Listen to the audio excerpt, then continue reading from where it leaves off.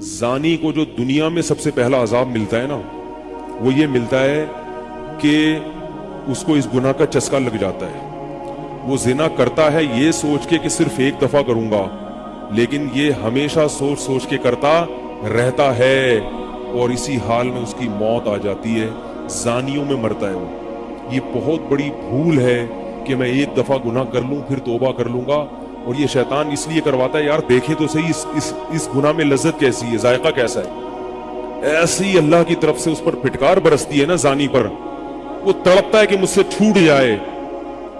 کسی کو اللہ توفیق دے دیتے ہیں، لیکن عام طور پر کیا ہوتا ہے، گیا بس. اتنا مشکل ہوتا ہے پھر اس کو اس دلدل سے نکلنا. اللہ کہتے ہیں اب گند میں منہ مارا ہے، گند میں رہو. گند کھایا ہے نا، اب گند کھایا تو اب گند میں رہو. پھر گندگی میں اس کو مزہ آتا ہے پھر وہ. اس لیے اللہ کا واسطہ، جن لوگوں سے زنا نہیں ہوا، اللہ کا واسطہ کبھی بھی اس گناہ کے قریب مت پھٹکو. اللہ نے یہ نہیں کہا کہ زنا مت کرو، اللہ نے کہا وَلَا تَقْرَبُوا الزِّنَا، زنا کے قریب مت جاؤ. قریب کیسے قریب جاتا ہے انسان؟ آپ کے گھر میں کوئی رشتہ دار جوان لڑکی آ گئی ہے یونیورسٹی کی، کالج کی، آپ گھر سے باہر نکل جاؤ. بعض دفعہ ایسا ہوتا ہے، لوگ مجھے بتاتے ہیں کہ کوئی میری رشتہ دار خاتون آئی، جوان تھی، کزن تھی، گھر میں میں تھا، وہ اکیلی تھی، وہ آ گئی تو میری بڑی عجیب کنڈیشن ہو گئی. میں بہت پریشان ہو گیا، بہت مشکل سے بچا. میں ان سے کہتا ہوں آپ گھر سے نکلے کیوں نہیں؟ یہ تو آپ قریب تو چلے گئے نا. جب ایک جوان لڑکی آپ کے گھر میں آئی ہے، آپ کو اس وقت گھر میں نہیں ہونا چاہیے، نکل جاؤ وہاں سے. ایسے دور بھاگو زنا سے، اتنا دور بھاگو. انبیاء ایسا ہی کرتے تھے، تبھی تو بچتے تھے وہ. جتنے بزرگان دین گزرے ہیں، وہ یہ نہیں کہ زنا نہیں کیا، وہ ہمیشہ زنا سے دور بھاگے. ہمارے استاذ نے ایک واقعہ سنایا تھا ہمیں، کتابوں میں یہ واقعہ لکھا ہے کہ ایک طالب علم تھا، پرانے وقتوں کی بات ہے، رات کو مسجد میں چراغ لے کے مطالعہ کر رہا تھا. پہلے زمانے میں لائٹ وائٹ تو نہیں ہوتی تھی، گاڑیوں کے سفر نہیں تھے، اونٹوں کے سفر تھے، تو مسافر لوگ بعض دفعہ آ کے مسجدوں میں ٹھہرتے تھے.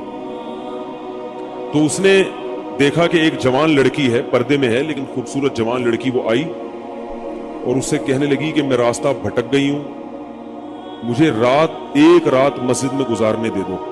باقی یعنی صحیح تھی، وہ اسی طرح ہوا تو کہیں بھٹک گئی تھی. شہر میں بھی بعض دفعہ لوگ بھول جاتے تھے نا کہ راستہ بھٹک جاتے تھے. اب یہ پریشان تھا کہ میں اس کو رات کو اگر پناہ دیتا ہوں تو مجھے شیطان برگلائے گا، اور اس لڑکی کو اگر میں پناہ نہیں دیتا تو یہ کہاں جائے گی رات کو، کوئی اور اس کی عزت سے کھیلے گا. تو اس نے بہرحال اس کو ٹھکانہ دے دیا، اس کو کہا کہ آپ ادھر اس طرف جا کے سو جائیں. نتیجہ کیا نکلا ہے کہ وہ لڑکی اس کو دیکھ رہی تھی کرتا کیا ہے، اس کو بھی اپنی عزت کا ڈر تھا نا کہ کہیں یہ دست درازی نہ کرے. تو یہ نوجوان جس چراغ میں مطالعہ کر رہا تھا، مطالعہ کرتے کرتے اس کی آگ میں اپنی انگلی لے کے جاتا اور اس کو جلاتا. جیسے ہی وہ جلنے لگتی تو اس انگلی کو واپس کھینچ لے، ایک دم تپش آگ لگتی نا، واپس کھینچتا. پھر تھوڑی دیر بعد یہ انگلی اس میں لے کے جاتا، پھر واپس کھینچتا. پوری رات یہ کرتا رہا ہے اور اپنی انگلی کو جلاتا رہا ہے. صبح جیسے ہی ہوئی ہے، اس نے فوراً، صبح صادق ہوئی نا فجر کی اذان کے وقت، اس نے فوراً اس لڑکی سے کہا یہاں سے چلی جاؤ، فوراً یہاں سے فوراً چلی جاؤ. اس نے کہا اللہ کی قسم اس وقت تک نہیں جاؤں گی جب تک تم یہ معاجرہ نہیں بتاؤ گی رات تم نے کیا ہے. تو کہنے لگا یہ میرا اور اللہ کا معاملہ، میں تمہیں نہیں بتا سکتا. پھر اللہ کا واسطہ دے گا. اس نے کہا میں جاؤں گی نہیں یہاں سے جب تک بتاؤ گے نہیں. اس نے کہا شیطان مجھے برگلا رہا تھا کہ ایک جوان لڑکی ہے، اجنبی ہے، کوئی دیکھنے والا نہیں ہے، کوئی دیکھنے والا نہیں ہے، زنا کر لو اس سے، کوئی دیکھنے والا نہیں ہے. شیطان مجھے لے کے جاتا تھا تو میں اپنی انگلی آگ میں جلاتا تھا، اپنے نفس کو یہ سمجھانے کے لیے کہ دنیا کی آگ برداشت کر سکتا ہے، جہنم کی بھی برداشت کر لینا، جہنم کی بھی برداشت کر لینا. پھر اور اگر تجھ سے یہ برداشت نہیں ہو رہی تو وہ کیسے برداشت کرے گا؟ کہہ رہے جب میں آگ میں جلنے لگتا تھا نا تو میری چیخ نکلتی تھی، یار یہ نہیں ہو رہی تو وہ کیسے برداشت ہوگی؟ حدیث میں آتا ہے جہنم کی آگ دنیا کی آگ سے 70 گنا زیادہ گرم ہے، 70 گنا زیادہ گرم. جب نبی صلی اللہ علیہ وسلم نے صحابہ کو یہ بات بتائی तिरमिजी की हदीस है कि सहाबा के सीने से रोने की ऐसे आवाजें आने लगी जैसे हांडी खोलती है, ऐसा रोए सहाबा। हालांकि सहाबा गुनाहों से बचते थे, इतना रोए हैं कि सीने के जैसे हांडी खोल रही होती है ऐसे उनके सीने से रोने की आवाजें आई। और अर्ज किया वल्लाहि इन्नहा लकाफियतु या रसूल अल्लाह, या रसूल अल्लाह ये दुनिया की आग बहुत थी अजाब देने के लिए, अल्लाह ने इसको भी 70 गुना ज्यादा गर्म किया। तो उसने कहा कि मेरे दिल में गुनाह का ख्याल आता था, मैं क्या करता था, अपने आप को जलाता था। जब चीख निकलने लगती तो इस तरह पूरी रात मैंने अपने नफ्स को रोका है गुनाह से। तकवे की बरकत होती हैं। उस लड़की ने कहा, अब घर में जाके अपने वालिद से कहा कि मैं अगर निकाह करूंगी तो सिर्फ किससे करूंगी, इस नौजवान से, अफीफ और पाक दामन है। तो किताबों में लिखा है कि उसके बाप ने उसका निकाह देखो हराम से बचाया, अल्लाह ने हलाल तरीका रख दिया। तो जो भी जिना से बचता है ना, याद रखो, जैसे जिना करने का अजाब बहुत सख्त है, ऐसे ही किसी को जिना का मौका मिले और वो बच निकले, उसका सवाब भी बहुत ज्यादा है। तारीख में जिन हस्तियों को भी जिना का मौका मिला और उन्हें मौका मिलने के बावजूद जिना नहीं किया, उनको अल्लाह ने दुनिया में भी बहुत नवाजा है। मैं अक्सर एक वाकया सुनाता हूं। हमारे एक दोस्त हैं अमेरिका में, बल्कि अमेरिका से भी एक दूर इलाका है, उसका जगह का नाम मैं भूल गया। उन्होंने मेरा ये बयान सुन के मुझसे मिलने के लिए आए थे, वो मुझे पहचान गए ये बयान सुन के। मुमकिन है ये भी मेरा ये बयान सुने वो। ये मेरे वालिद साहब का वाकया है। मेरे वालिद साहब जब अमेरिका गए, कंवारे थे उस वक्त, मेरे वालिद साहब बहुत हैंडसम थे, खूबसूरत थे, और इतना चौड़ा तो उनका सीना था और ऐसी चौड़ी चौड़ी कलाइयां थी। बहुत माशाल्लाह अल्लाह ने उनको मर्दाना वजाहत दी थी और आवाज ऐसी थी जैसे बबर शेर होता है। बहुत ही खूबसूरत आवाज, बड़ी जबरदस्त पर्सनैलिटी थी। आप जाएं भी हमारे महल्ले में जाके लोगों से पूछें क्या खूबसूरत पर्सनैलिटी थी वालिद साहब की हमारे। जब इंतकाल हुआ है ना मेरे वालिद साहब का, तो पूरा महल्ला रो रहा था, पूरा महल्ला। मस्जिद के इमाम साहब जब भी जनाजे का ऐलान करते थे ना तो रोते नहीं थे, हजारों मैयतों का ऐलान किए थे। मेरे वालिद साहब का जब मस्जिद के इमाम साहब ऐलान कर रहे थे, 3 दफा ऐलान किया, तीनों दफा रोए हैं। इतनी लोगों को उनसे मोहब्बत थी। तो ये कैसे हो गई,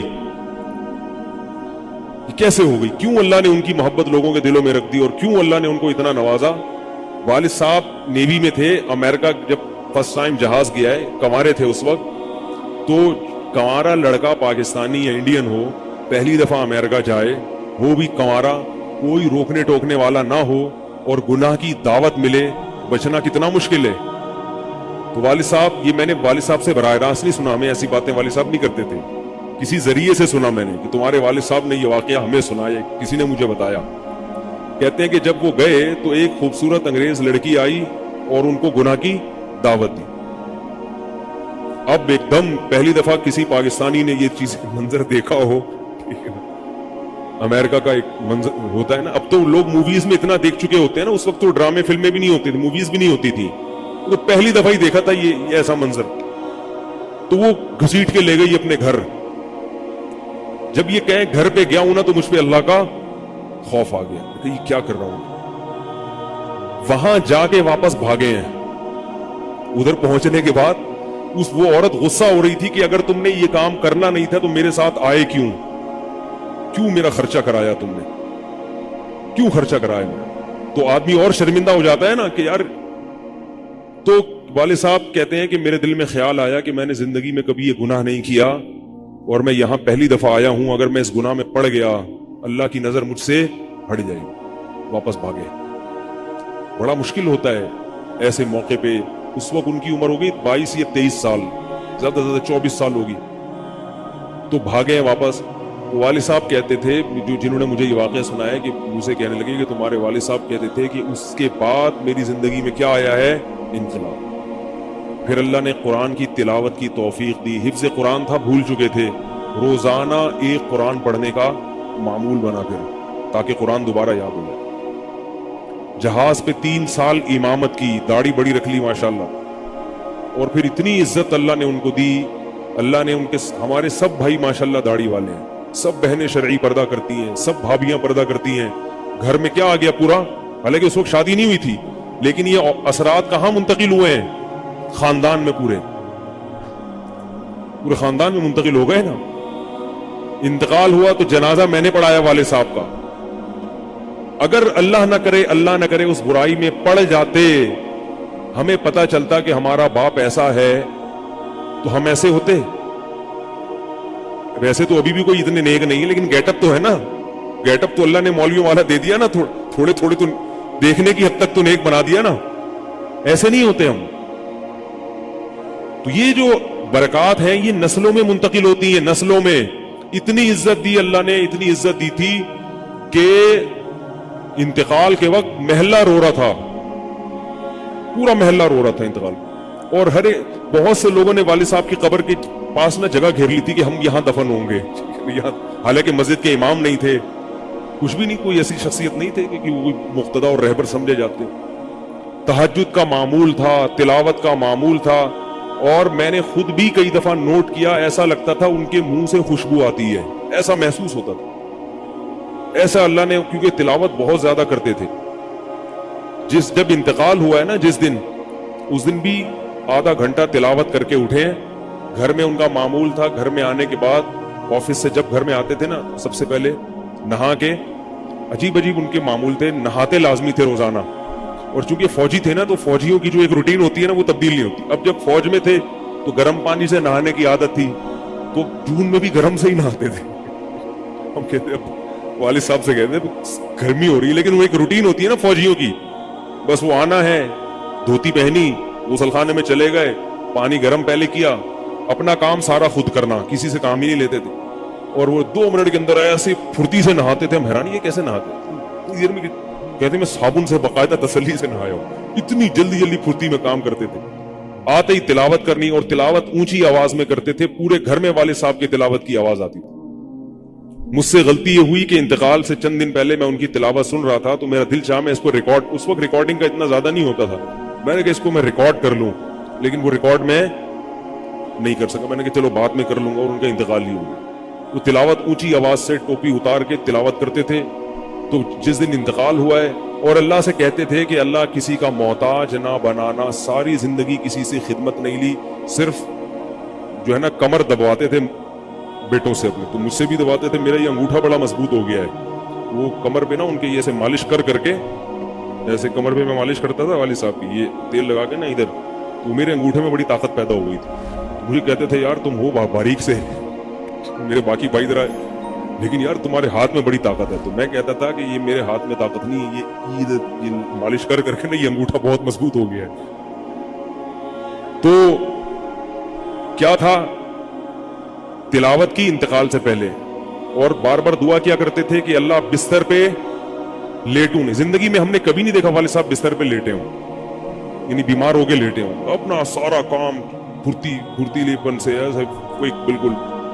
तो वही हुआ, मौत के वक्त भी ऐसा ही हुआ। आए हैं, तिलावत की है, फिर उसके बाद गए ईशा की नमाज पढ़ने, सफ में बैठे हुए थे कि गिर गए। सफ से उठा के उनको हॉस्पिटल लेकर गए हैं, नमाज की इकामत हो रही है और वहीं अटैक हुआ, और वही उनका कब्र का सफर। कितनी अच्छी मौत दी अल्लाह ताला ने कि एक दिन क्या हुआ, बारिश में भीगते भीगते आए हैं घर में और फौरन नमाज के लिए गए। तो वालिदा ने कहा कि भाई अभी बारिश हो रही है। उन्होंने कहा अल्लाह बोलेगा ऑफिस से यहाँ तक पहुंच गए और अब यहाँ से मस्जिद तक नहीं जा रहे, अल्लाह को भी मुंह दिखाना है। ऐसे नमाज के पाबंद। सऊदी अरब में जब उम्मान में उनकी जॉब थी, कई कई घंटे का गर्मियों का रोजा होता था, लोग छोड़ देते थे। वालिद साहब कहते थे मर जाऊंगा, रमजान का रोजा नहीं छोड़ूंगा, कुछ भी हो जाए रमजान का रोजा कैसे छोड़। तरावी कभी नहीं छूटती थी, रमजान का रोजा कभी नहीं छूटता था। मैं ये नहीं कह रहा कि कोई बुराई थी नहीं उनमें, ऐसी किसी की तारीफ करना गलत है, मगर अल्लाह ने मजमूई लिहाज से उनमें बड़ी सिफात रखी थी। ये सिफात कैसे पैदा हुई? अल्लाह ने एक बुराई से बचने की तौफीक दी। तो मैंने ये अच्छा, उसी में उनकी मौत वाक़ई हुई है और रात को 12 बजे इंतकाल हुआ। उनके सारे काम ऐसे होते थे, मोटे मोटे काम और चुपके चुपके, शोबाजी का बिल्कुल भी शौक नहीं था उनको।